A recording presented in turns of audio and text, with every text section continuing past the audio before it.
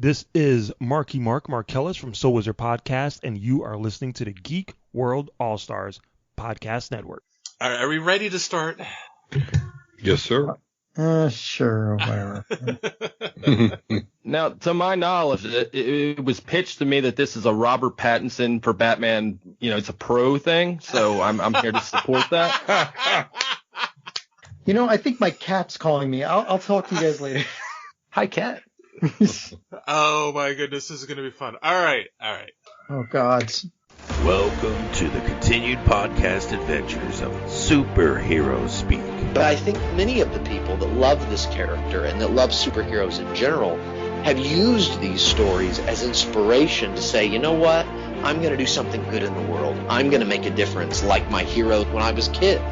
That is my fondest memory of it, because when you're doing comic books, you want them to affect people, right? You want people to care. You want to strike emotions, and I knew that Clone Saga was striking a lot of emotions. Can you imagine Pulp Fiction starring Goofy and Mickey Mouse? I can totally imagine that. I'm sure somebody's written that one quarter too. pounder with cheese and France, Mickey? What? Boy, ale with cheese. Yeah, I can totally. See? I would watch the hell out of that movie. Yes, I gladly sacrifice up my progeny to you, almighty Marvel beast. But Neil Adams is somewhere going, it's my time. How do you measure success? Hey, everyone, you're listening to Superhero Speak, and I'm your host, Steve. And John. JD. And boys and girls, we promised you two great guests to have a lively discussion this evening about the wonders of Hickman and his run on X-Men. And so, of course, we have in one corner, good friend of the show, comic book reviewer for the website, D Square. How are you, sir? Oh, I'm doing great. I hope you got that copy of Real American for my theme. So when you pipe that in later, I'll be looking forward to that. I am a real American. I can do it. No, we don't. No! Just throwing it out there. And in the opposing corner, from the Gorilla Brain podcast, we have the one and only 8-Bit Ray. How are you, sir? I am here, I am good, and I'm ready to devour House of D. Oh. All right. Well, before we get to that, let's see how everyone's doing. How was everyone's week? Let's start with our guest Ray. My week has been very fun-filled of quarantine, and I just finished The Wire again. It's my favorite TV show / drama ever, and I've been playing a lot of Call of Duty, so it's good to be back on the air. Yeah, that sounds like everyone right now, quarantine. Yeah. How about you, Don? Well, I'm loving the quarantine lifestyle. I've been living it for quite some time now. I've been enjoying some retro gaming on the Switch Club, so playing some Zelda 2 and then remembering why I don't like it. Other than that, I did just finish a review of a 380-page D&D book. I did not realize it was that large of a graphic novel until about halfway through it. But it was really cool. Enjoyed reviewing that. And had, of course, a great podcast last night with Chandler from the X-Read podcast, talking about the Bink Foundation. So definitely want to mention that here.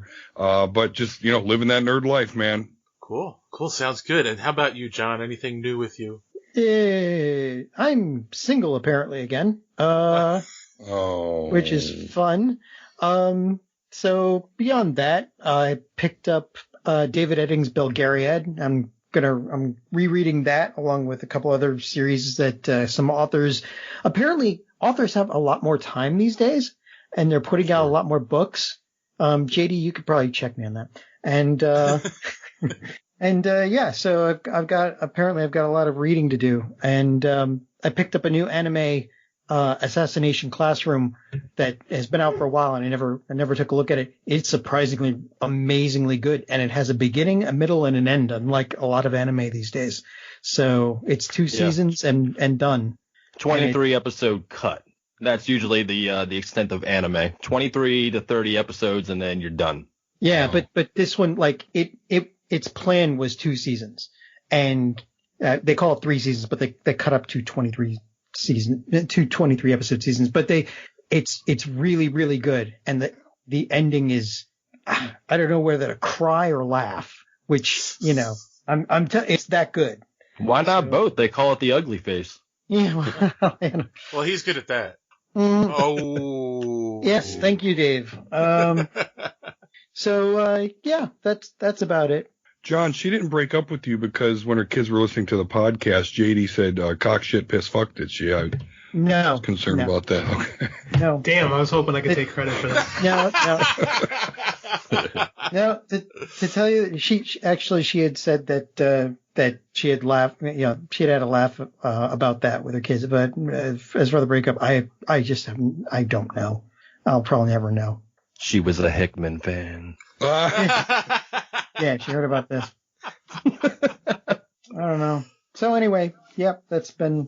And how about you, JD? Any good cock, piss, shit stories? That's ooh boy, digging deep there. Okay. Uh-oh. I guess not. Sorry, I had mute on because the 4-year-old came out. I was about to say, you must have a little one in the room. Yep, exactly. He's ventured in. So, but otherwise, pretty boring weekend doing edits on a novel that I got coming out next week. So, other than that, same old. Hey, bud, stand by. So is he joining in on the Hickman thing too? Because that seems about the right intelligence level for that, or? Oh, yeah. Oh, wow. Oh my goodness. Like I said, no skin in the game, but I'll throw grenades if I need to. Surly John is the most entertaining John. Yes, he is. Well, I've got a lot to be surly about, so beware. Good. I thought maybe, this might be a boring episode. As for me, no, I have nothing to report either. Just been working as usual. I have a new boss at work, apparently, who I just met today. So I don't know what that's about, but, we'll see how long he lasts, because the other guy came in after me. It's only there for about 3 months, so. Wow. If he doesn't like the place on fire, you should be, moving in the right direction. Yes, exactly. All right, so enough of that craziness. Let's talk a little nerd madness. So, of course, last week, we had talked about the matchup of Endgame versus John Wick, and of course, Endgame took it at 71.6%. 28.4%. Of course. I knew I should have made some bot accounts. I knew it. You guys had some stuff to say about that. We did talk about that last week, right? Yeah, we did. Yes, we did. We did. All right. So moving on to TV, the final TV matchup, of course, was The Mandalorian versus The Boys. So surprise. PG versus R. No surprise here. The Mandalorian took it at 77.8%. It's 22.2% for The Boys. Yeah, that's got to be a fan win, right? It's not like on sheer quality, because I think based on quality and gore factor, Boys win, but it all depends on what you're looking for in a show. I mean, if you're looking for the superhero aspect, you're going to go with The Boys, of course. But if you're going for your Star Wars nostalgia feel, you want to punch yourself to some Boba Fett action, even though it wasn't Boba Fett. But it was his foot. It was his foot. But I mean, if that's your cup of tea, then you're going to drink it up. I mean, that's just it. Yeah. Well, and of course, if you're going by meme generation, The Mandalorian does win because. Well, let's see. Random Randy Savage from the Colt 45 podcast had to say, The Boys was excellent, but I gotta say the scheduling of Mando just made me hype to watch it. The Gorilla Brain podcast said The Boys was terrific, but The Mandalorian was what Star Wars needed to save a dying brand. It's true. Yeah. Those guys are absolutely right. They know what they're talking about. You should have them on sometime. I mean, Digital Sky said there's an extremely tough choice. Both were phenomenal for different reasons, I think. Had to give it to The Mandalorian. And Taco Shirt Krillin. Okay. I love The Mandalorian, but The Boys was too good. Interesting. I have not seen The Boys. But I will remind everybody, The Mandalorian had Moff Gideon slice himself out of a TIE fighter with the Darksaber. Yep. Yeah. Win. Yeah, but you also have to think that if Kevin Feige hadn't been part of that, it never would have happened. You never would have had your Clone Wars integration. Never. You would have had Kathleen Kennedy. I'm not even going to get into that because she's the devil. But I mean, if that's all you would have had, and it was a good thing that Kevin Feige came in, put it that way. I won't disagree with that. All right. Let's move on to our final anime matchup, which was Castlevania versus Demon Slayer USA. I am really freaking surprised at this. I am not at all. You haven't seen Demon Slayer. But Castlevania just takes it on name recognition alone, I believe. Well, yeah, but Demon Slayer trended on Twitter in the millions. I mean, it's kind of, it's not from our. So did Bob Saget 2 days ago. What's your point? Well, I'm sure there were different reasons. Trust me. So the Castlevania took it at 71.1% to Demon Slayer's 28.9%. Yeah, I'm kind of sad at it, but I hope maybe this gets more people to watch Demon Slayer to see why, because it's really amazing storytelling, and the episode 19 just kills you. So. Those guys from Gorilla Brain chimed in again. Of course. Castlevania is one of the few shows I look forward to every year. This is true. More than their birthday, I'm sure. Yeah. Did you see the whole second season? Saw second and third season. Are you talking about Demon Slayer, or are you talking about? No, I'm talking Castlevania. Castlevania, yeah, season 3's done. Oh, that's it. Season right. The end of season 3 is kind of harsh, right? It leaves you hanging, leaves you wanting more, just like it always does. But it's even more now because there's so many pieces. They're kind of pulling the Game of Thrones, and they're kind of putting their pieces in place. And season 4 is just going to kick off an epic story. It's going to be epic. Yeah, I'll give you that. Definitely. Is it technically called anime? Because I mean, it's made in Texas. No, it's American anime. I mean, it's American animation. It's not considered anime. Then it's missing a few of the markers. Let's remember, John, you picked all of the ones for the category. So I know, but you have no one to blame I'm running for this. I'm running out of new material. So Wizard gave us a GIF from the show. I did not see this season, so I don't know what this is from, but yeah. Me and Joey are very balls deep in Castlevania lore. Oh yeah. And the GIF that he posted, that's waifu. That's his girl. So. I see. Okay, that makes sense. Okay, if you're talking waifus, then there's no convincing you. And Paul Joshua T. Uriza, I love these names, just said Castlevania. And then finally, I think you guys might have something to say on this. So our last matchup for comics was House of X. Garbage. That's right. Versus Batman Damned. You're trying to kick off the fight early. You're not even getting through the prelims, man. You want the Tyson fight right away, don't you? I'm just trying to get through our Nerd Madness competition here. House of X took it at 60.4%. Batman Damned 39.6%. Damn. Gonna go throw up. That was closer than I thought it would be. So Don, your brother, chimed in. Volsker said, sadly, X takes this. I felt very underwhelmed with Damned. The psychological parts were cool, but eh. Yeah. Well, and that's coming from a Batman fan too. So, and I got him into comic book reading with House of X. So he's very conflicted there. But at the end of the day, he knows what's up. Well, you chimed in with House of X ushered in a new age for the X-Men. Yeah, there you go. And excited the industry as a whole. Even the comic shop owner we talked to on our show attests to this. Batman Damn had Batman's dick. I'm so glad that this is podcasting and you can't see my face right now. And finally, the Gorilla Brain has chimed in with voting for House of X is equivalent to supporting terrorism. Tell me how you really feel. Give me about 20 minutes. So this is going to be fun. The Missner Madness. I have popcorn in the microwave, so. Oh my goodness. I've got the fire soul. So, I don't have the brackets in front of me. I believe we have it set for, is it movies against TV and then comics versus anime? I believe so. I don't have the brackets in front of me either. They're on my other computer. So of course, our upcoming matches then will be The Mandalorian versus Endgame. That's going to be tough. And Castlevania versus House of X. So wow, it'll be interesting to see how that plays out.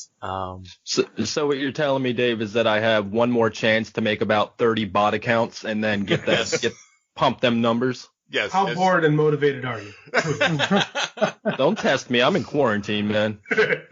All right. Let's move on to JD's favorite topic, social media madness.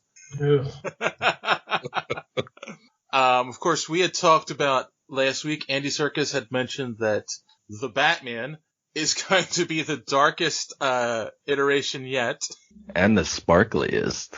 No.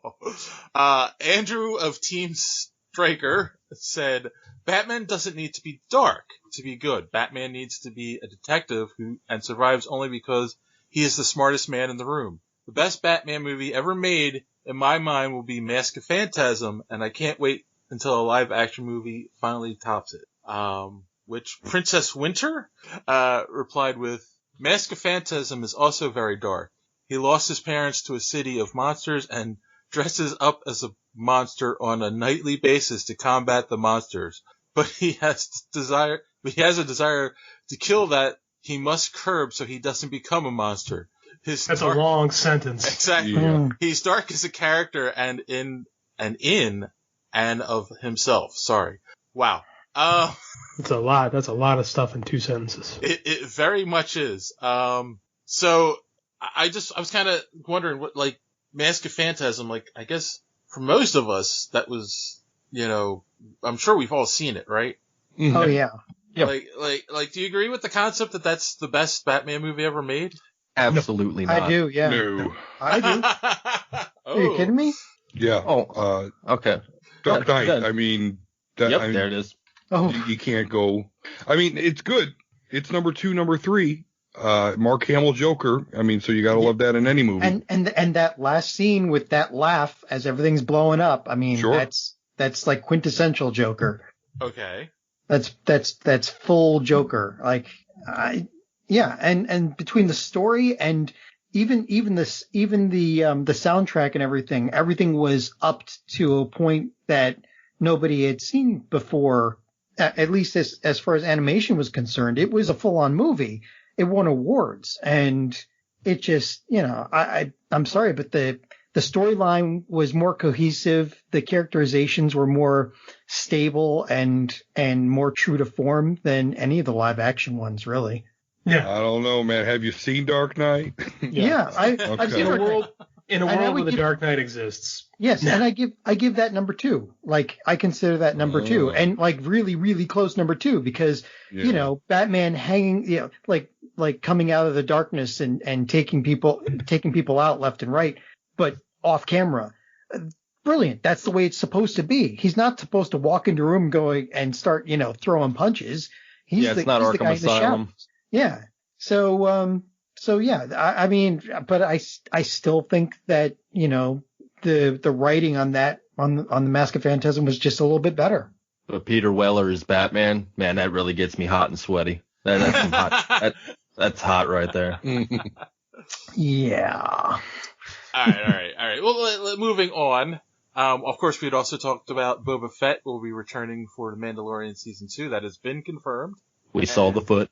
Yes. Fan service. And of course, we had asked in our episode last week what do you think? Is it going to be a flashback? Is it going to show that he survived from the Sarlacc pit? What kind of role do we think he's going to have in the movie or in the show? And Sid, at Batfons, said a paraplegic Mandalorian veteran in a hover chair spouting crazy conspiracy theories after losing his legs to the Sarlacc pit. If he loses his legs, I want to see the mechanical spider thing. Oh my God, no! They already did that on Clone Wars. Yes, well, exactly. Kevin Feige is part of it now, so you might just get some spider legs, buddy. Oh Yes. my God, no! I just thought that was funny and wanted to share it with the group. So yeah, I don't see conspiracy theories, but coming out of Boba Fett. All right, so that's enough. That's enough of that for this week. And of course, if you guys want to know more about social media madness, here's D Squared to tell you more. Enjoying the show? Want to be part of social media madness? Make sure you are following superheroespeak.com, where you can find all of the show's social media links at the top of the page. While you're there, you can check out old episodes of the podcast as well as some other great content. Check the site often, because we are posting some great comic reviews as well as comic book and movie news content every day. Make sure and follow us on Twitter at SuperheroSpeak. And while you're there, check out the rest of the Geek World All-Stars Podcast Network. You can follow them at @stars_geek. The Geek World All-Star Podcast Network include great programs such as the Pop Prison Power Podcast, Cult 45, So Wizard, Fans on Patrol, the Gorilla Brain Podcast, and of course, Superhero Speak. Search for #GWAllStars. You will not be disappointed. Now it's back to Dave and the boys on Superhero Speak. See, you didn't have to say anything. Nope. That's how we do it. Yes, that's how we do it. So on that note, boys and girls, we're going to take a quick commercial break, and we'll be right back. After these messages, we'll be right back. All right, and now we are back with a little bit of news before we get to our debate. The first one is kind of interesting. So this week, the CW shows the Arrowverse had wrapped up for the season. Wow. And now they will not be returning until January of next year. Yay! Uh-oh. Someone's not a fan. I like the first two seasons of Arrow. I like the first season of Flash. There you go. Continue on. Flash has been okay. It's been off and on, but it's been the better of most of them. Well, this even includes the new spin-off, the new Superman show. Yeah. Is being held till January as well. So, and then no mention of Stargirl though. I don't think in this article. So no. So do you think? Well, my question in general is: do you think this will affect the ratings of the shows? You know, will people be happy when they come back in January? And it's not clear if it's going to be half seasons or if they're going to have regular seasons that run into the summer. There's at least going to be a crossover. I saw reporting that there was going to be a Batwoman Superman crossover. Right. But, you know, if that's the only crossover, that's fine because like they basically blew their budget and everything on the Infinite Crisis thing. Yeah, no, that's true. I mean, you have to have a huge crossover like that. Yeah. Like, you have to take it easy the following year. So you guys aren't even a fan of the crossover, right? Start with you. No, not really, no. Really? Yeah. It's just the Arrowverse for me is just a joke at this point. I can't get into any of the shows. It always starts off so well and then it just crumbles. Like they just run out of things to talk about. It's just awful. It's just wah teen drama. And I don't know, maybe I realized it too late. I don't know. Ooh. I mean, wow.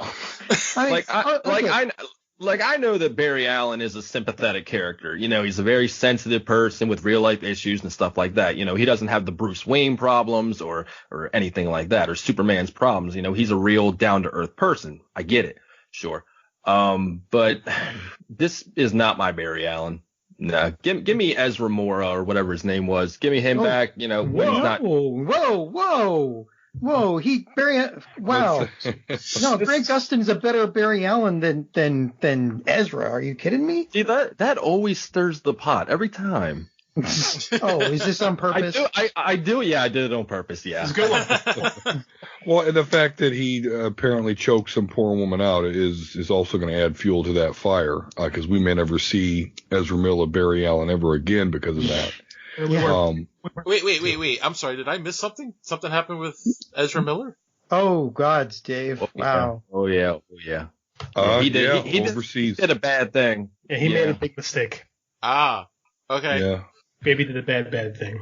Yeah, I mean, I'm just going to quote unquote allegedly, he was being, teased by a woman about being tough, and he's like, yeah, I'm tough, and then somehow they came to fisticuffs. Well, that escalated quickly. Yeah. He Wayne Brady'd her.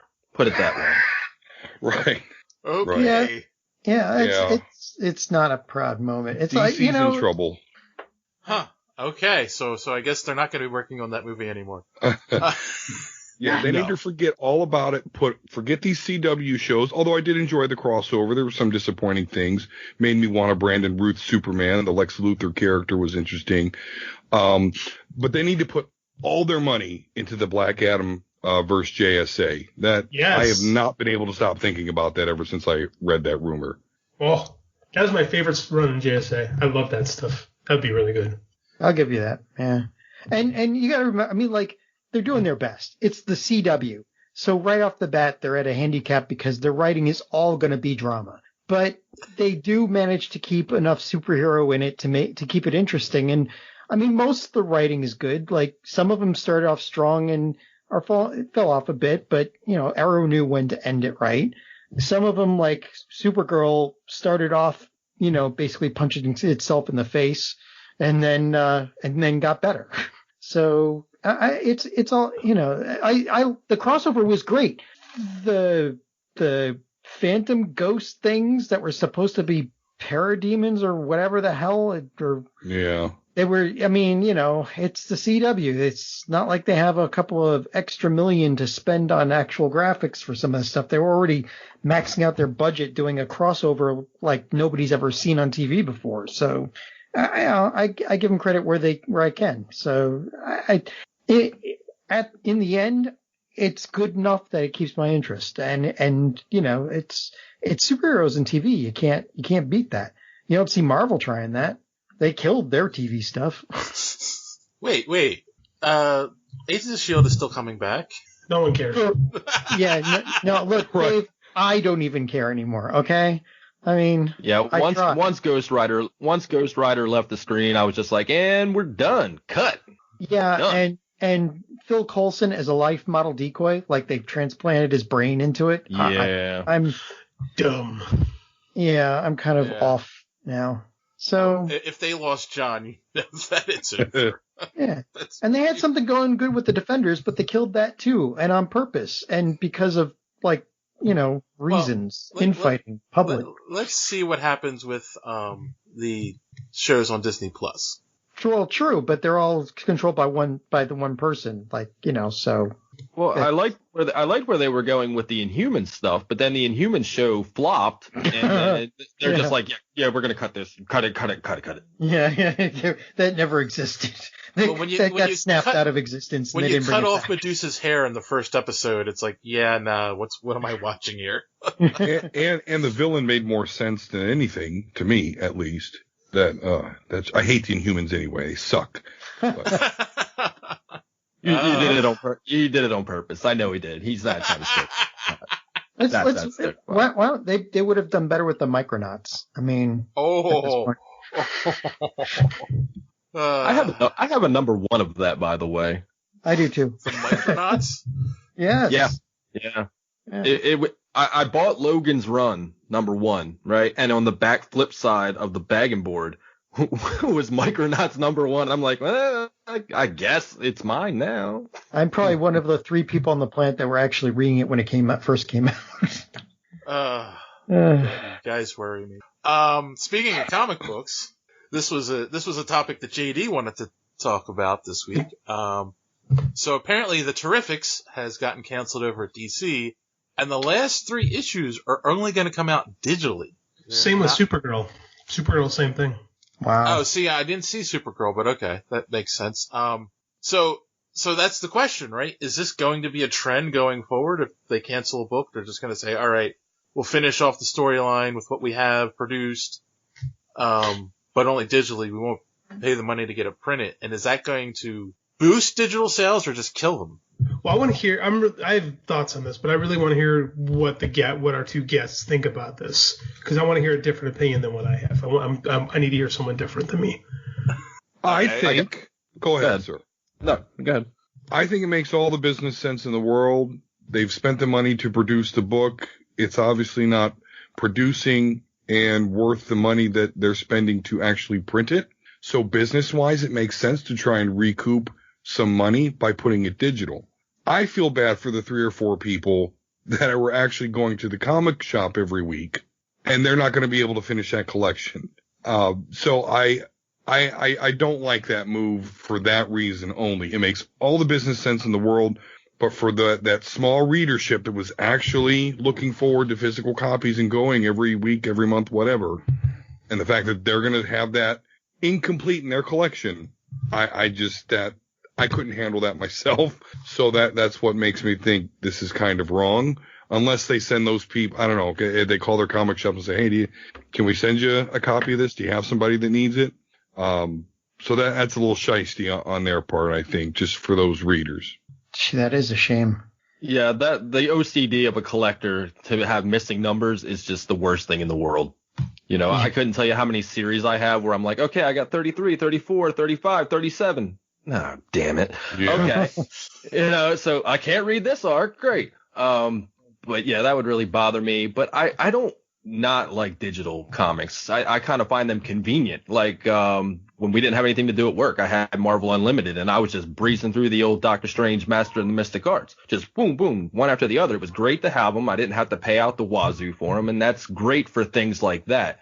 Newer books, I don't agree with it unless it's maybe they could use it for a test market, like to see how many people are actually reading this book and then maybe pick up, you know, just rename it or, you know, like, I don't know, the Terrifics season 2 or something, just say, and then physically print it.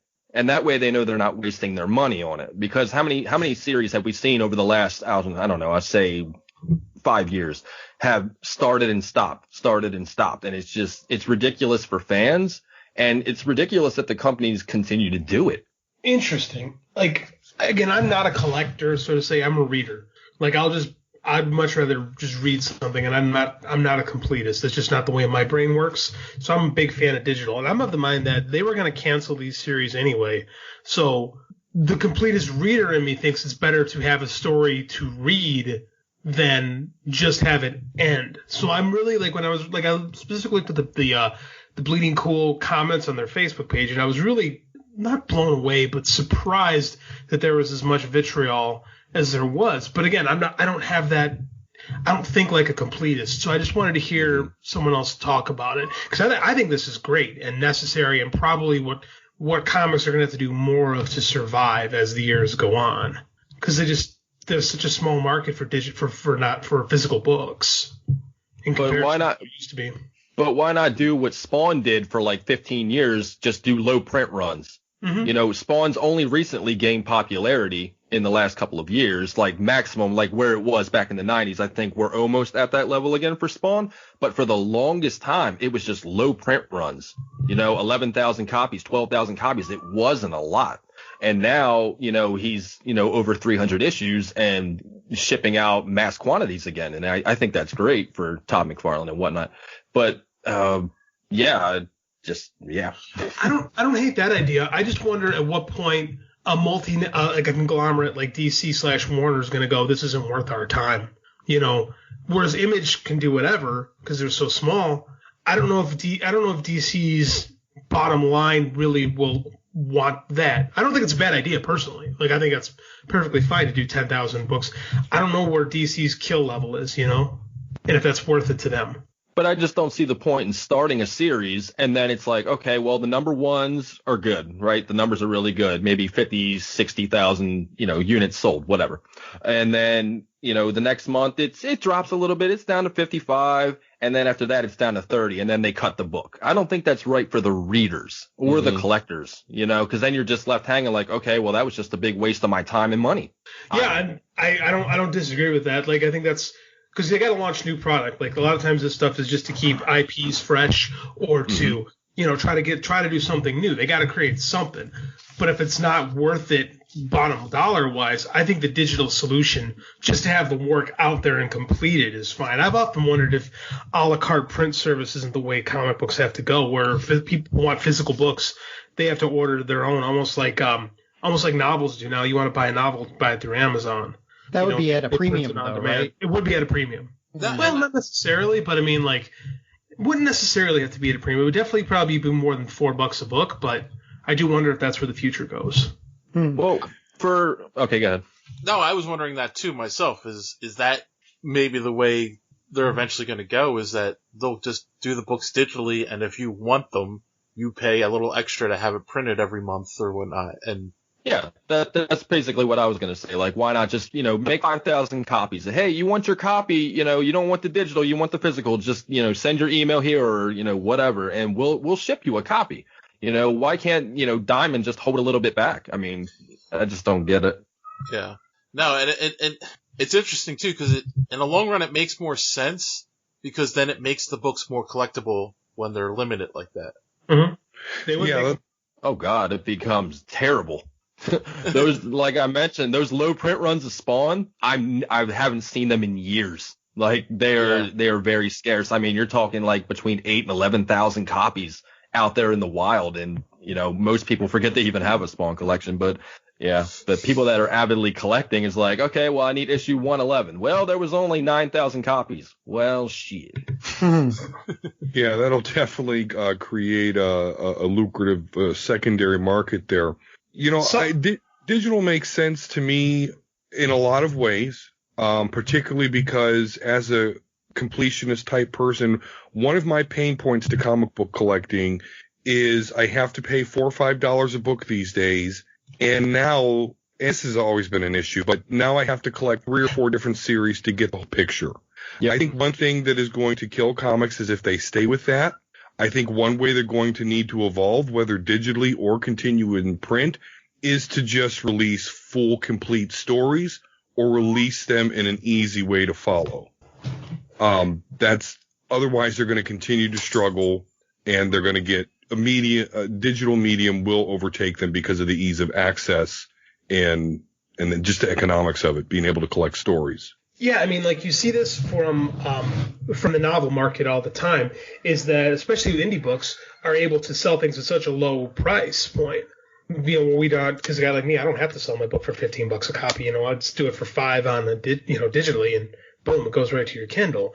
Like, comics is behind it all, so a digital comic should cost less than a physical comic, but at the moment it can't because the retail market and the publishers are such a symbiotic relationship, but that relationship isn't working. It's been dying a slow death since the late 90s. Like, something, I said this on the show a couple weeks ago, I think the breaking point is this virus, this pandemic. Like, something's got to change, and I think DC's problems with Diamond may actually, and their experiments here, we'll see if they work, could be the first step to this. Like I said, if there was if Comixology Unlimited was completely a la carte and allowed you to read whatever you want, even the new stuff, I would absolutely have it. I can't drop $50 a week at a comic shop anymore. I just can't afford it. Yeah. A lot of people can't now. Like 36 million people just joined the job list. So. Right, but $10-12 a month to read all you can want, like Ray's talking about Marvel Unlimited, that's a much different story. Yep. So they gotta, I mean, it's every other form of medium is moving this way. The only one who's really hanging on to this 20th century, business model is comics. True, very true, and hopefully they'll wake up one day. Though I do wonder what happens if these last few issues of Supergirl and the Terrifics all of a sudden quadruple sales. People like, oh, let's save the book and I'll get it digitally, and it's just like, you know. Well, they'll be smart enough to realize that's a blip.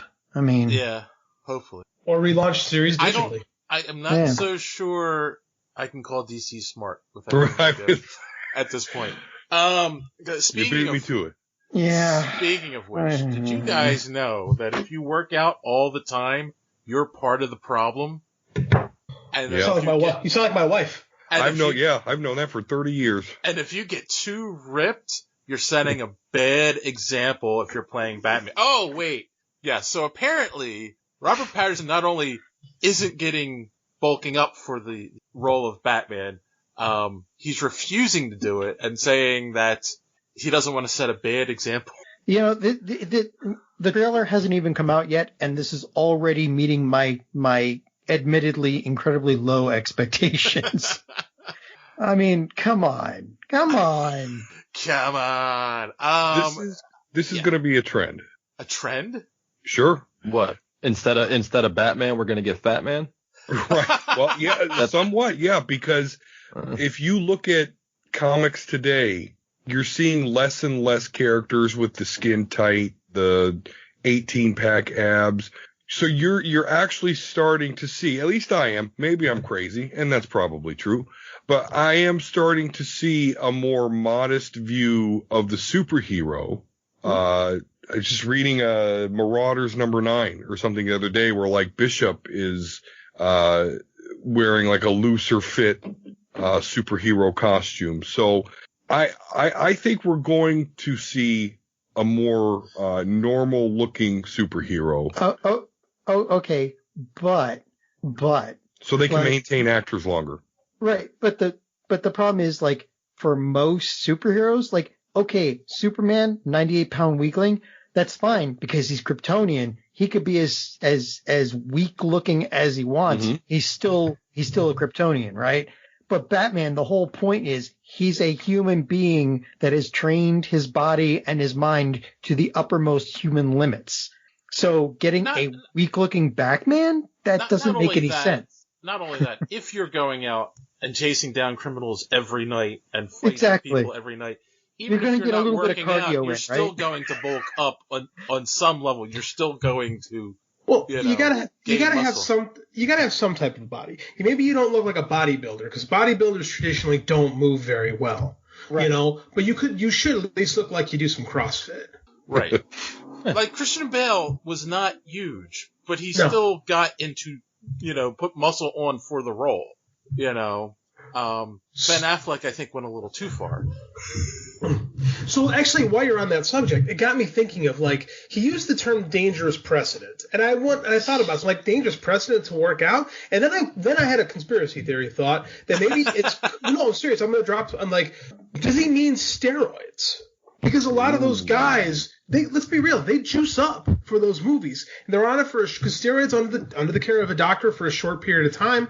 You don't have the long-lasting side effects. Does he mean I don't want to do steroids for a long period of time when we don't know when we're going to go back to work? But he can't really say it. So are you telling me Tobey Maguire did steroids for a Spider-Man? Yeah, I'm going to tell you that. When he was super ripped like that, or Ben Affleck in Justice League, or Chris Evans when he was ridiculously huge in First Avenger, those guys are roided, man. Do you think that Tobey Maguire could have danced like that if he wasn't juicing? Well, I think we could all agree that Andrew Garfield did not do steroids. No, he did not. Not him. Not even his hair did. Yeah, that's possible.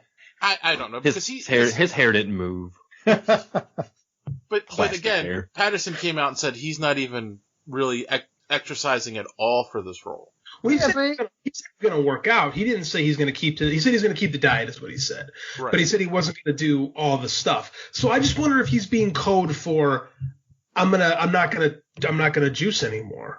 Maybe he was already ripped when he was filming The Lighthouse, and they had already tapped him to play Batman. Maybe he was working out on set or off set. You don't know. I mean, this guy could be ripped right now. I mean, how often do you keep, look on Google Photos for naked pictures of Robert Pattinson? You don't know what this guy looks like. All the time. You're not alone. I don't know. It just, I can see what you're saying, JD, but then why not come out and say it? Because it ruins it the same way for everybody. It ruins it for everyone. Now you're going to be drug testing actors for steroids, same way as you do professional athletes. It's a dark secret, man. See, but they're not. But the thing is, the actors aren't pro wrestlers. Neither are pro wrestlers. It would only affect method actors anyway. I think. No, I mean seriously, it's like you're saying. He should at least be doing something. I agree. I mean, you can't walk into a role that calls for somebody who's beating up the bad guys every night and is, usually portrayed as swole and is a human being that's supposed to be in Olympic form and walk in with, noodle arms. It's just because it won't make sense. You'll throw a punch and nobody's going to believe it. This is year one Batman, though, right? Yeah. No, I don't know. They haven't said. Yeah, but even year one Batman, he just came back from touring the world, training with every martial artist known to man. And it's you're not going to get ripped doing that. I mean, another issue too is continuity. If he was in really good shape when they were shooting and they haven't finished and he has to come back and he doesn't look the same, that's going to be a problem. Yeah. Yeah. They can pad the suit. They can cut rips into it. They can make it look whatever they want it to look. CG. Look at that. Just look at that Shazam costume. Come on now. He was that buff. Just have Patterson do the voiceovers and have Andy Serkis do it, and then you can CG in the ripped abs. You can have Andy Serkis. Hasn't worked out so well for DC.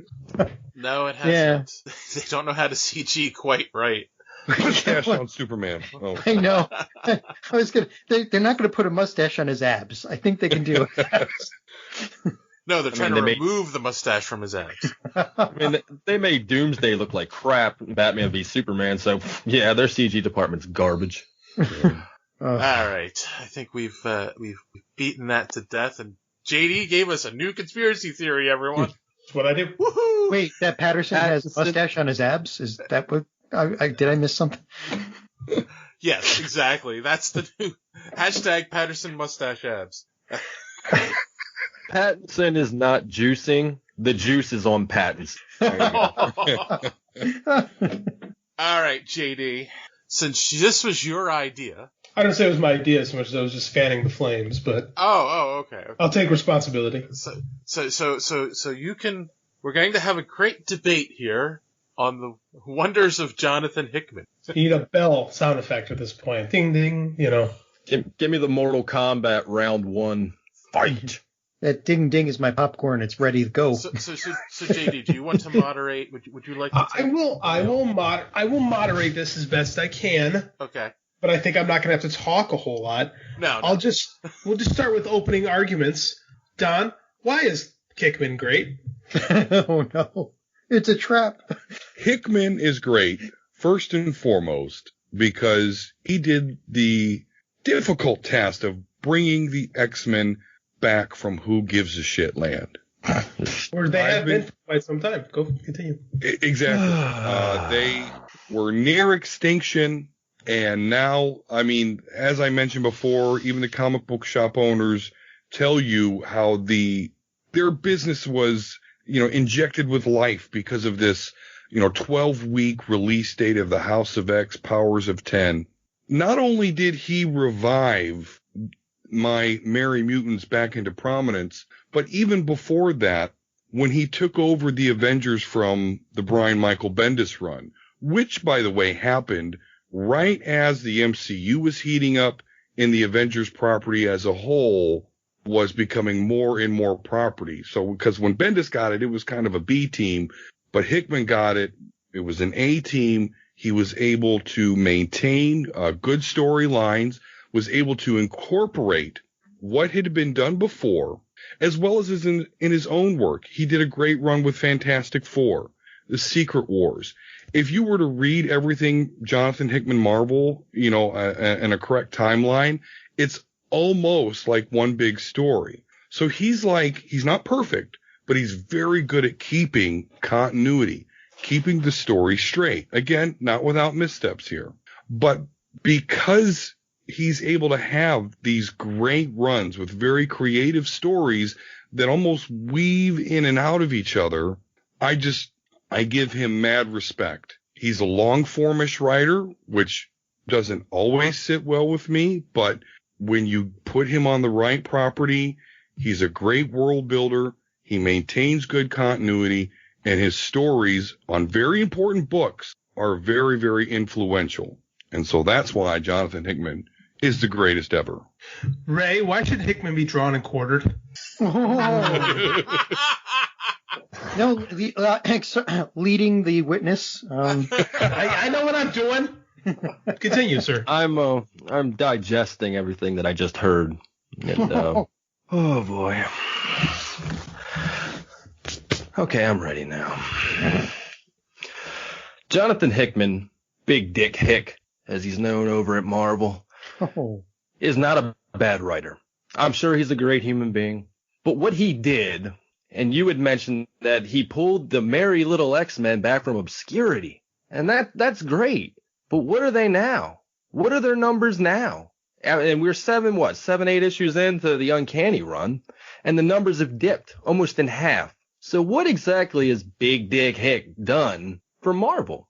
Absolutely nothing. He canceled books that were doing just fine. They weren't selling, 120, 130,000 copies. No, they were not. X-23, I think, maxed out at, 75, maybe 80. I'd have to go back and check the numbers. But she was doing fine. X-Men Red was doing fine. X-Men Blue, Gold, they were fine. The numbers were fine. And Marvel, because they want to incorporate some of the best writers out there, and he had been doing East of West, and it had been selling really, really well. And this isn't just about the sales numbers, okay? Yes, they're a factor, but it's not about that. This is about Marvel bringing back something that didn't need to be brought back. It was doing just fine. Uncanny was a fun run before, Hickman came in and slashed it. X-23 was a good book. Well written. I think it was Tom Taylor. I think it was. And it was just fine. But Hickman comes in here and he wants that Donny Cates. He wants that Donny Cates deal. That's what he wants. So he can still do his East of West over at Image and work for Marvel. He can't work anywhere else except on his own individual properties. And that's fine. More content the merrier. But the X-Men, they tried to kill him off because Marvel didn't have the property. Now they have incorporated Fox. Now they have the property. Now it's like, oh, we're going to bring the Fantastic Four into the MCU. Oh, the X-Men are coming too. Okay. But a couple of years ago, you shit on the Fantastic Four. You wanted nothing to do with them. You distanced yourself. You killed them off because you didn't own the property. You didn't want to give, that little attention to Fox. And that's fine. It's all business. I get it. But to bring Hickman in and to reboot an X franchise, and I get I've only read a couple of issues of House of X personally, but I know the entire story. Thank you, Internet. But and it sounds fine. It's very, very complicated. If you don't read the little sidebars and every little word that Hickman writes, you're going to be lost in translation, man. Like I said, Hickman is a good writer, but I don't think that he should be writing the X-Men. What he did with Avengers, fine. That was a dying property. Great. Bravo. His run on Fantastic Four was great. He killed off Johnny Storm, that's, but that's another story. But but he does good work. I'm not saying he's not a bad writer whatsoever, but he didn't need to come in swinging his weight around at Marvel. And he's like, you ain't got Bendis anymore. Bendis is over at DC fucking doing their things dirty. And, go destroy that universe 10 times over because that's all you do, Bendis. But Hick comes in and he's just swinging his weight around. Okay, this book, canceled. Why?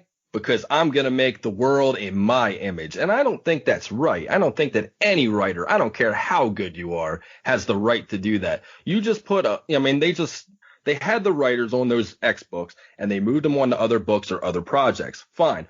But it's kind of like taking money out of their hand. It's taking the food out of their mouth, and I just don't think that's right. So you mentioned him canceling books. Okay. There were 4 X books out that he canceled: Uncanny X-Men, X-Force, Wolverine or X-23, and Mr. and Mrs. X, which, if you didn't know, was Gambit and Rogue, after they had been married. I thought it was a Brad Pitt and Angelina Jolie movie, but it was actually a comic. So he cancels those 4 books and gives us 2. For 12 weeks, we only had 2 X-Men series. And then after that, we get 6. So he decreased the number of books by 50%. Then he increased them by 50%. And now we're also looking forward to Wolverine, I believe was released already, Children of the Atom, X Factor. So he has spawned way more books than he ever canceled, and he technically only dropped the number of titles out by 50%. And then, as I've just displayed, they've rebounded. You mentioned the Fantastic Four, and when they weren't a Disney property, and how they were sharing the same fate as the X-Men. Yet with all that going down in the Secret Wars event, there were some bloat stories with the Battle World side issues, but the main bloat, those were bad. I'm with you on that. That was bad. But the main story itself was an epic Fantastic Four / Doctor Doom story. And again, this is as they were kind of, exiting stage left. He loved them so much, he was able to write that really cool ending where Franklin Richards and, all the other Fantastic Four minus Sting and Johnny Blaze were crafting universes. Doctor Doom was like a good guy almost. Like one of the last scenes of that whole thing was Doctor Doom removing the mask, and he's got no scars on his face. And it wasn't a punch 'em beat 'em up conclusion per se. It was really a battle of the mind between Reed Richards and Doctor Doom. So I think it does transwell to the X-Men, because where were the X-Men, right? They were Cyclops, newly revived Cyclops, was running a team of about 8 other misfit X-Men, and their home base was literally in the basement of a bar. All the other X-Men were off in some Age of X-Men alternate reality when Nathan Summers was running around looking like, mutant Jesus. And so they come in at the end and help Scott Summers' team, which was cool, but they were where they had always been. There weren't very many of them, and they were facing extinction. What Hickman has done that I will appreciate is, okay, he's made him kind of immortal with the resurrection protocols, although if you read the last couple of issues, that's a little bit in question now. But we got to see the X-Men be victorious and celebrate on their They're new not island. supposed to be victorious. You were supposed to relate to the X-Men on a human level. And now we're making them gods, and, we're giving them their own country, and now we're making them immortal. It wasn't bad enough when you were bringing people back with the Phoenix Force every other week. But now, we have our whole country where we can bring back dead heroes. So now you're taking when a hero died back in the day, and I say back in the day, damn, I'm showing the age. Back in the day when a hero died, it was a big thing. Now it's like heroes die every other week. The X-Men are known. I mean, we got Thunderbird, who, okay, he never got revived, but I don't know. This escaping death has always been an X-Men trope. Would you want to revive Thunderbird? Nobody wanted. Uncanny X-Force didn't even want to resurrect him. But I'm just saying, you're taking all the excitement of a hero or a villain dying, and now it's just for sales. That's all it is. Remember Civil War II? Remember that thing? Where unfortunately, Bruce Banner's dead, and now he's back, and now he's Immortal Hulk, or whatever. Just come on now. Hawkeye killed him, no less. So I forgot about that. So I never forget. So I think we can. What I'm hearing, and I see, I haven't revealed my opinion on Hickman, and I have the same issue with Hickman that I do with Bendis, and I'm glad that you guys brought him up.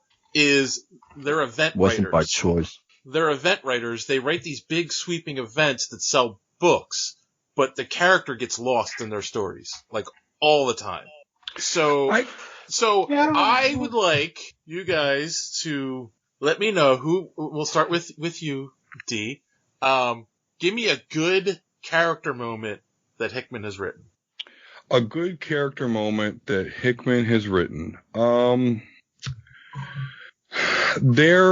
So back in House of X, when Xavier sent the X-Men up to the Orchis Forge, I don't know if you even know what I'm talking about. Nonetheless, he sent all the X-Men off to basically a suicide mission. Right. And this was before they had revealed that there was such a thing as the resurrection protocols. Right. And so Cyclops, in that moment, in a lot of moments really, but that's the one that stands out to me. Cyclops' demeanor, how he's addressing the team, how he acts during that suicide mission.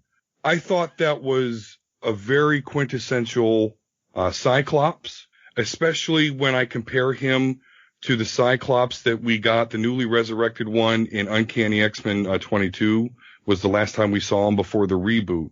And I felt I got my Boy Scout back. So that I understand what you're saying, Dave, because Xavier is at the forefront of all this, and he's actually one of the characters I have a question about, because how did he go from Xavier is a low morale dickhead to, bucket-headed messiah? So I get what you're saying, Dave, but when it comes to Cyclops and some of the other X-Men characters, I did feel that Hickman did do a good job developing, or kind of reintroducing us to newer versions of characters that we knew and loved. And it was like, that's the old Cyclops I remember. What do you think, Ray? Do you like any character moments from Hickman, or do you think he can't write characters? I like you said, he's a good event writer. He really is. But I would say that the death of Johnny Storm and all the events that were building up to that, I thought would be probably his best character development moment. Okay. Avengers really didn't do much for me when he was writing it, and it's nothing against him. It's just at that point I was just Avengered out, and in House of X, I did read 4 issues of House and Power, just so we're clear. I did check this out, and it's just not for me.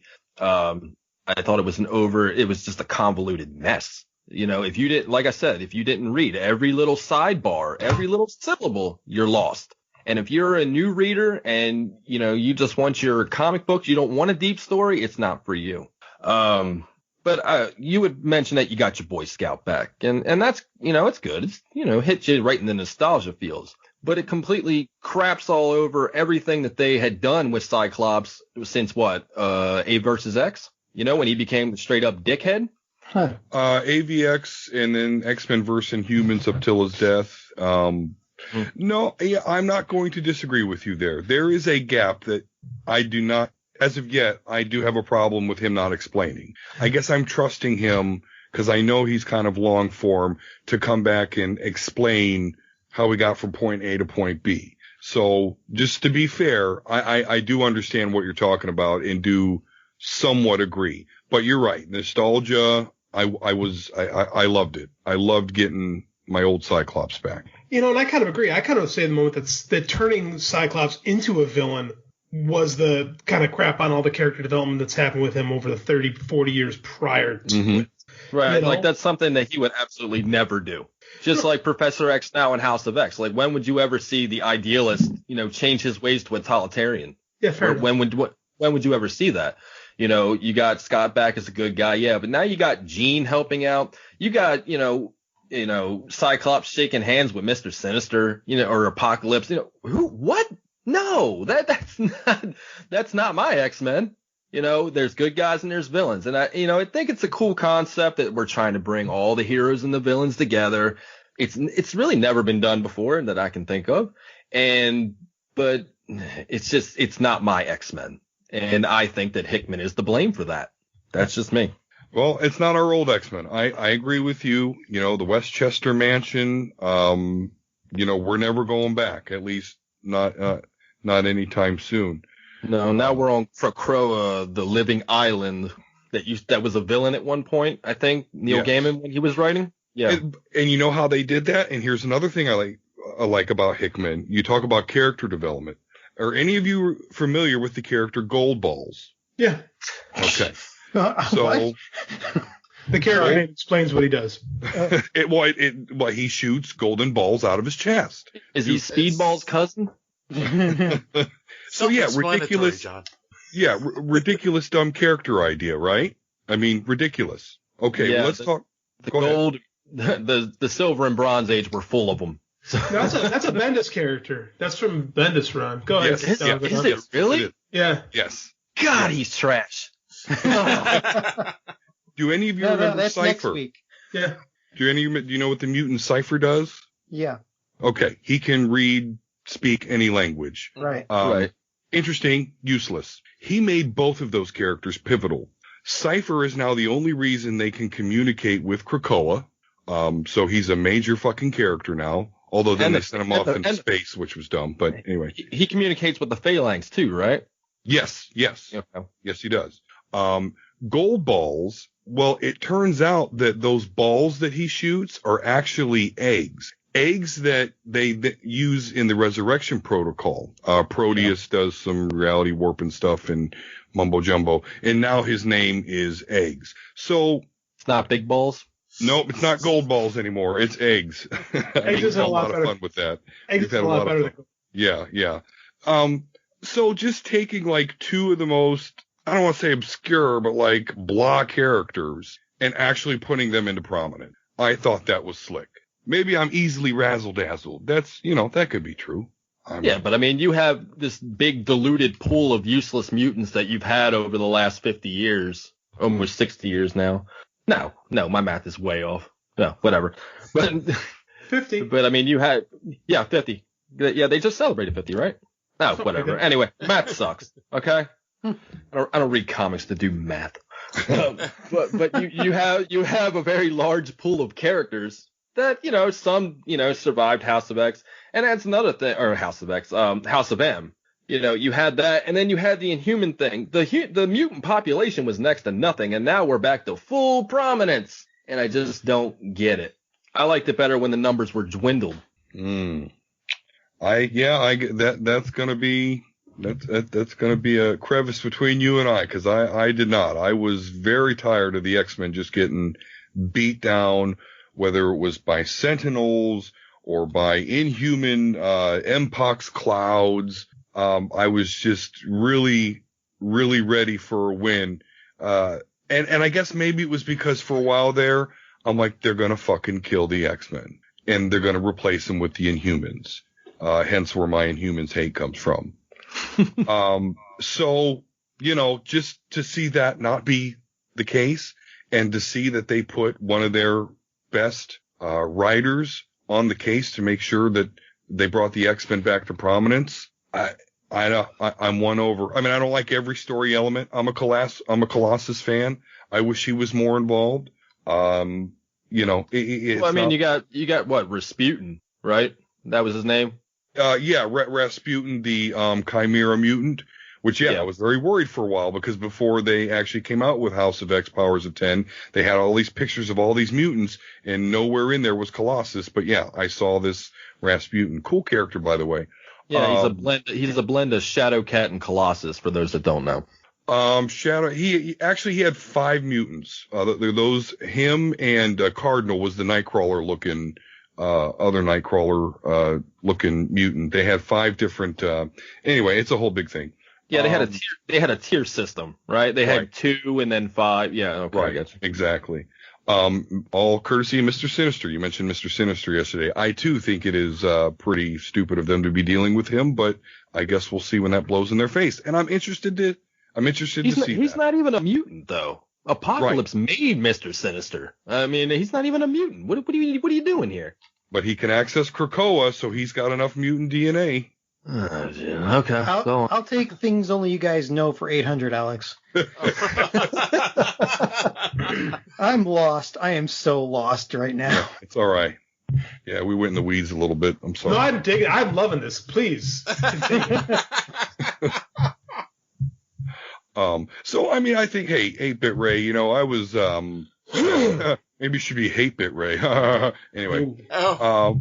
Wow.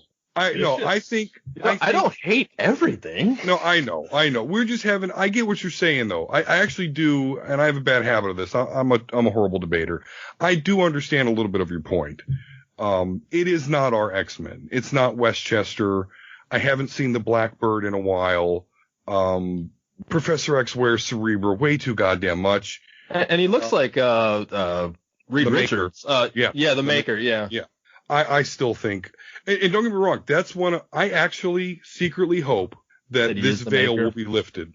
Yeah, or he's like the Maker or something. Because again, that's the only thing that would explain how they got from where they were to, hey, we love Xavier. Well, he wasn't exactly a fan favorite. I mean, how many people do you see wearing Professor X shirts? You know, you see your Wolverine and things like that. You don't really see too many people going, yeah, Professor X is my favorite character. But even if you go through the list of shit he's done, that's like, oh, you tried to kill your sister in the womb, and you lust over Jean Grey, and you know, he's done a lot of questionable, womanizing, creepy things over the years. So, you know, I just don't know how he got from fuck Xavier, we don't even care that he's dead, to, oh, we're going to follow you to Krakoa, and Yeah, and it's just like out of nowhere. It's like, you know, we got Apocalypse on board. You know, one of your greatest threats, you know, for the last, I'm not doing math again, but since the 80s when, you know, X Factor was out. And, you know, Apocalypse has always been a big bad. Now we're shaking hands and we're playing nice and we're all going to rule this little empire together. I thought that was actually explained rather well, because Apocalypse came through the Krakoan gate, instantly started talking to Krakoa, by the way, which was cool. Yeah. And then, like, I get what you're saying, because, even Wolverine were like, hey, here's our fucking rules. You got a problem with this? And Apocalypse is like, no, this is everything I ever wanted. We're on top. You guys realize that you're better than everybody else. We're all in this together. I got no problems. I will follow your laws. And I could see that coming from Magneto. But Xavier? Come on. No, we're twisting character logic way too much here. Well, and that's why, and again, this is why Hickman needs to explain, how did we get from Xavier, we're going to fight for those who hate and fear us, to the Xavier that has Moira's knowledge of 10,000 years in the future? How do we get to the Xavier that knows the threat isn't humans, the threat isn't robots, the threat is that sometime in the future, like we evolved biologically, the humans are going to evolve with the machines and become one and be our true threat. Where did that change? That's what I need to know. But other than a couple hanging threads, I just got to say, I'm loving what he's doing. The X-Men are back, baby. His X-Men are back. Chris Claremont X-Men are dead, long dead. And there ain't no Phoenix Force going to bring them back. But isn't that the whole idea of the ninth time? But wasn't that the whole idea of the Claremont run, was to be constantly evolving and constantly changing? Like Claremont wanted the guys to come in and out of the X-Men. Like he'd even said if it was the same team for years and years and nothing changed, it's boring. Right. So I mean, like, I don't know. That guy's thing with the X-Men is there's so many different variations on what you think the X-Men should be. Like the Westchester County is one thing. There's people the favorite era is the Siege Perilous stuff. Like, I don't know. Like Utopia from Astonishing. Cool. I love Astonishing X-Men. It's just, I don't know. It's interesting to me. I'm not reading any of it right now, so I like listening to the various opinions of it. Yeah, the X universe, it's a lot to take in. Like, there's a lot of different stories that don't make sense and all that, but it's a lot to take in. And especially this newer House of X, Powers of 10. It's Powers of 10, right? Not Powers of X? Right, House of X, Powers of 10. So I've been saying it wrong for almost a year now. Great, thanks. Yeah, no problem. It all has to do with the timelines, the Powers of 10. They started at the 0, the 10, the 100, and the... Well, I didn't know that until today. Like I said, I had only read up to issue, I think, 3 or 4. Whatever's on Marvel Unlimited right now, I think it's up to 4, is all that I had read up to. I had to go to Wikipedia to get the rest. So, but, you know, I'm not going to support, you know, I'm not going to give off, you know, $4 or $5 a book for 2 books, $10 to support an X-Men that it's just not my X-Men. It's just not for me. Financially irresponsible to make that decision. I get you. I am extremely financially irresponsible, but to pay for an X book that I'm just not digging. Like the Uncanny book that was written before this, I loved. I was having a blast with it. I even liked X-Men 92. I'm that sicko. I'm the guy that bought the copies. I was having fun. I don't know. Maybe I'm changing. Maybe I'm evolving. I don't know. There we go.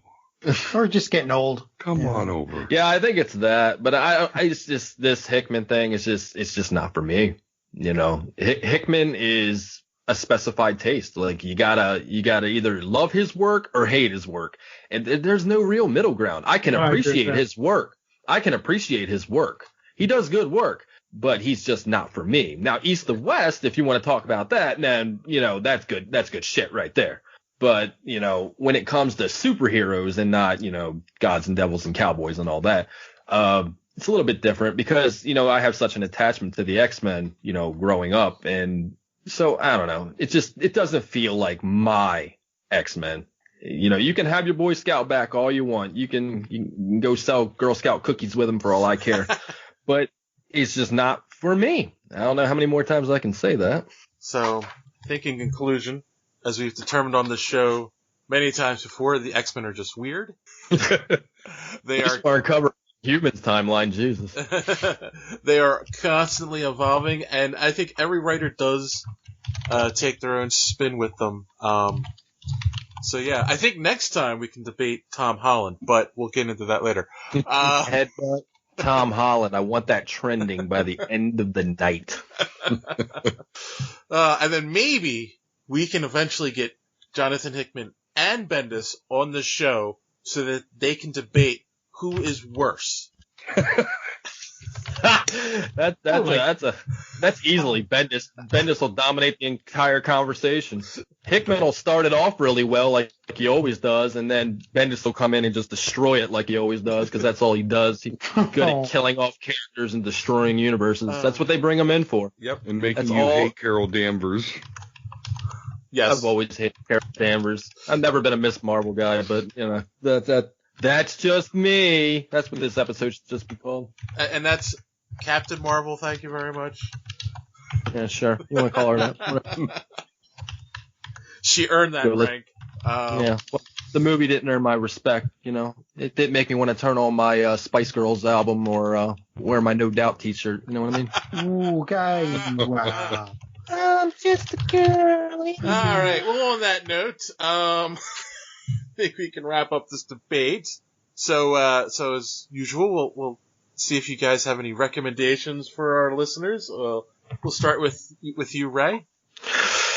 Ooh, currently, like I said previously, I've been reading a lot of old Doctor Strange comics, and I completely forgot that he was a smoker. Yes. I'm like, man, this guy's got the Constantine aspect. I see where Constantine kind of stole it from. Okay.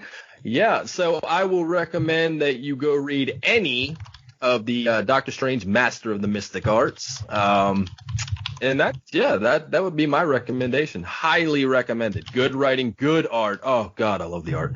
And that would be it. And where can people find your podcast every week? Usually on the internet. But yeah, you can catch the Gorilla Brain podcast on Apple Podcast, Spotify, Stitcher, all the essential apps. If we are out there, or if it's out there, we are out there. And you can catch us on Twitter at Gorilla Brain Pod. We have an Instagram. We don't really use it, but it's there. It's Gorilla Brain Pod. Mainly if you want to get a hold of us, just catch us through Twitter. You can contact me personally. If you don't agree with my big dick Hick quotes, then you can catch me at 8-Bit Ray. That is the number 8-Bit Ray. All right. And Dodd? Boy, if the only thing you had to worry about in life was someone putting big dick in front of your name, that would be great. Well, so recommendations. Let's get away from the dick, I guess. Star Wars. Well, I recommend that if you want to get into the X-Men, you do have to start with the House of X Powers of 10. It's like the player's handbook guide to the X-Men universe. And then, yes, go ahead and jump on at least X-Men, X-Force, and Marauders. But I definitely, I got to shout this from the rooftops. Are you guys watching the season 7 of Clone Wars? Not yet. Okay. Do yourself a favor. Watch at least the last 4 episodes of that show of season 7. It should almost be a movie. and it really doesn't, like, you don't need to be caught up on the Clone Wars to enjoy it. It's just so awesome to see these events unfold as Revenge of the Sith, the movie, is unfolding. Just to think about this stuff in the background, this major, really cool stuff in the background going on while that's coinciding with that movie. It's just awesome. You guys got to check out at least the last 4 episodes of Clone Wars Season 7. Was it better than the actual Clone Wars movie? Yes. That's not hard to do. Low bar. Times 10. Don't get me started, because then it's going to be a 2-hour episode. Okay. Please. Okay. And then, Don, where can people find you and your podcast? All right. Yeah. The House of D podcast, of course, available on Podbean, Apple Podcast app.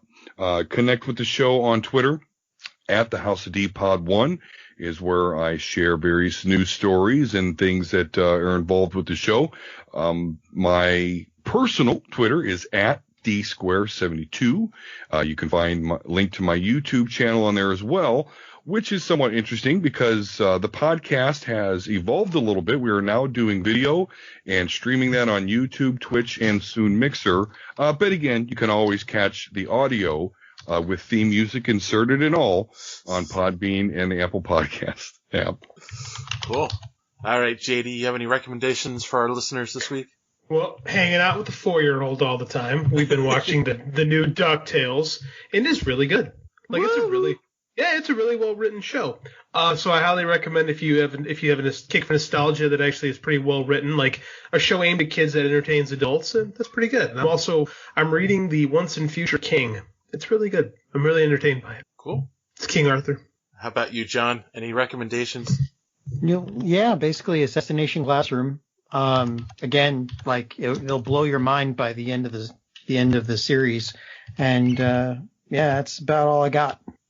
All right, and women stink, right?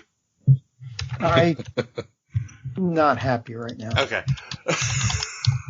Well, of course, I will recommend, as always, make sure you check out superheroespeak.com, where you'll find the show every week and comic reviews by D Square. And other than that, I really haven't been watching anything other than the new season, or the second half of the current season of Rick and Morty. So yeah. Yeah. Just go watch that. That's all you need in life. I do. I got to spend some time with that show. Like, I'll watch it whenever it's on, but there's definitely more for me to discover there. Oh my God, it's so bingeable. That's the thing. I'm waiting for the last episode so I can binge the entire season. See, and John, you are such a nihilist. I can't believe you're not already watching it. All right. It's taken You might a while. be waiting a while. Yeah. Well, on that note, boys and girls, as always, thanks for listening. And don't let your cake be caught in the door. Have a good week.